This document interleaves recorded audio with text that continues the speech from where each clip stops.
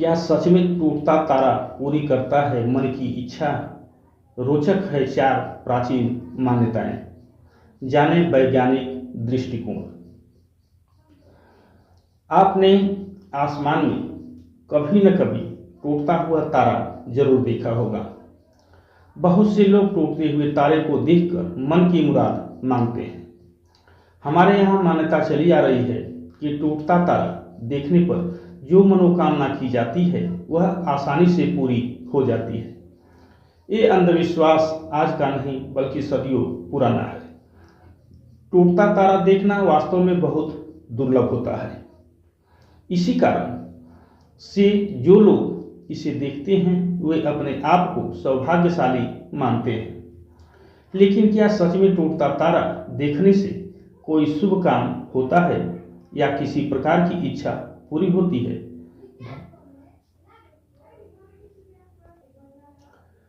प्राचीन समय में लोग रात के समय तारों को देखकर दिशाओं का निर्धारण किया करते थे और इसी से कई प्रकार की भविष्यवाणी भी करते थे। प्राचीन लोगों के अनुसार टूटता हुआ तारा देखने से व्यक्ति के जीवन में परिवर्तन आता है। टूटते हुए तारे को देखना सदैव अच्छा हो ऐसा नहीं कहा जा सकता।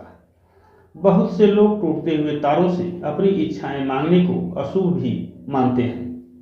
प्राचीन काल में अलग अलग संस्कृति के लोग तारों को दिशा सूचक के रूप में इस्तेमाल करते थे।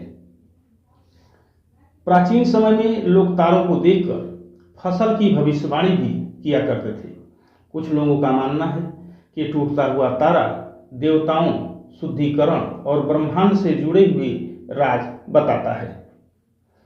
प्राचीन समय में कुछ लोगों का ये भी मानना था कि टूटता हुआ तारा वे नई आत्माएं हैं जो जन्म लेने के लिए पृथ्वी पर आसमान से आ रही हैं, जबकि कुछ अन्य लोग यह भी मानते थे कि ये वे मृत आत्माएं हैं जो हमें याद दिलाती हैं कि वे अभी भी यहाँ पर हैं। टूटता हुआ तारा आसमान में उड़ता हुआ दिखाई देता है, लेकिन असल में ये तारा नहीं होता। टूटता हुआ तारा वास्तव में आकाश में चट्टान या धूल का एक छोटा सा टुकड़ा होता है जो अंतरिक्ष से आकर पृथ्वी के वायुमंडल से टकरा जाता है। जब ये चट्टान पृथ्वी के वायुमंडल में प्रवेश करती है तो घर्षण के कारण जलने लगती है। इस कारण एक जबरदस्त चमक पैदा होती है। असल में टूटते तारे वही होते हैं जिन्हें खगोल शास्त्री उल्का कहते हैं। अधिकांश उल्का पिंड पृथ्वी के वायुमंडल में जलकर खत्म हो जाते हैं और जमीन तक नहीं पहुंच पाते।